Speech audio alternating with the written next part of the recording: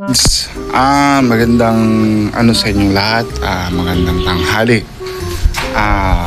Meron akong na-discover. Nalaman ko to sa aking bayaw, asawa ng kapatid ko, na ang tawag is pansit-pansitan. Hindi yung pansit guys niluluto natin. Pansit rizado, pansit bihon. Guys, meron akong na-discover sa kanya na ito. Nagtaka ako bakit anong ginagawa niya sa hardin dito sa harap ng bahay ko. So ito guys, papakita ko sa iyo kung ano yun. Ito siya guys. Ito siya guys. Medyo mainit guys. Ayan guys. Ito siya guys. Pansit-pansitan. Ayan guys. Kukunin natin lahat yan guys. Ayan guys. Gamot daw to. Marami daw magagamot to guys. Ayan guys. Fresh na fresh siya guys. Ngayon, ang gagawin ko dito guys is salad guys. Gagawin kong salad to guys.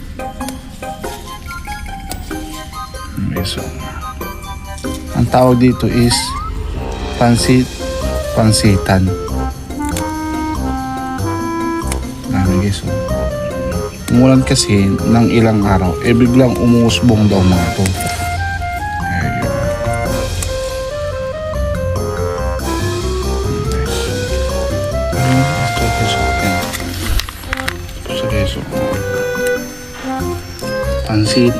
Pansitan.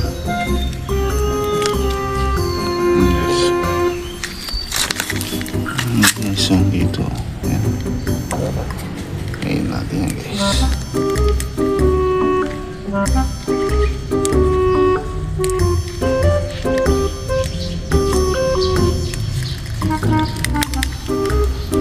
Ayan guys. Ito guys. Yan yung sinasabi kong pansitan. Ngayon guys, ito yung ipapakita ko sa inyo guys na marami daw nagagamot to pansitan na halaman. Hindi po ito tinatanim kundi umuusbong lang to kapag diretso yung ulan, mga tag-ulan, kusang umuusbong po ito. So guys, abangan po ninyo kung paano ko gawin po ito guys. Guys, ito po, nakakuha na tayo ng pansit-pansitan. Naghahanap pa ako, pero meron pa yata dito.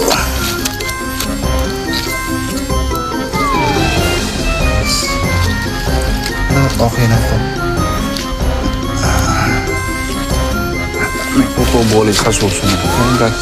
Ngayon guys, ang gagawin ko dito is isasalad ko siya guys. So about sa research ko rin, nakita ko rin na maraming magagamot to guys. Sa mga kidney failure, sa mga high blood, sa mga diabetic, sa mga kulang sa dugo. Guys, grabe, super siya, herbal medicine siya guys. So, first time kong gawin to, first time kong kumain ng ganito. So, itatry ko lang guys kung anong lasa, tapos kung anong texture niya. Pero ang payo sa akin ni Bayaw is pwede daw ilaga, pwede daw isalad lang, kainin daw ng ganito. So guys, abangan po ninyo kung paano ko gawin to at kainin. Ito na po tayo ngayon. Sinasabi ko sa inyo yung pansit-pansitan. Ngayon titikman natin guys, kakainin natin to guys kung ano yung lasa niya. So ang gagawin ko lang guys is napakasimple. Meron tayong suka, tapos toyo. Ngayon lang kasimple guys. Ayan guys. Tapos suka. Nagluluto kasi ako guys. Ayan guys. So tingnan natin. Ayan guys.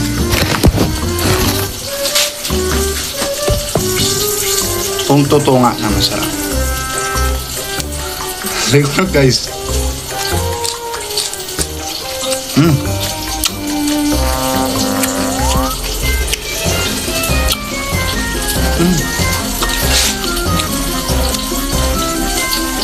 Mapait siya guys. Hindi siya mapait. Wala lang lasa. Pero meron siyang aftertaste. Pwede.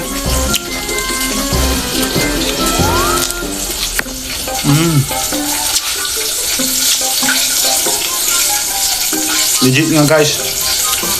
Meron siyang konting better mapait. Tapos pag kinakagat mo siya, parang meron siyang pagka-oregano yung lasa guys. Pero masarap siya guys ha. Pwede siyang pang salad.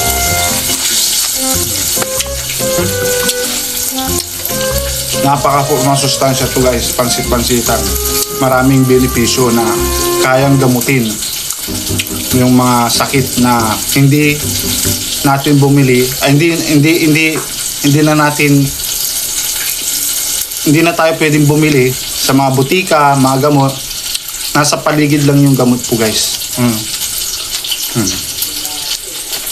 Tawag dito is pansit-pansitan.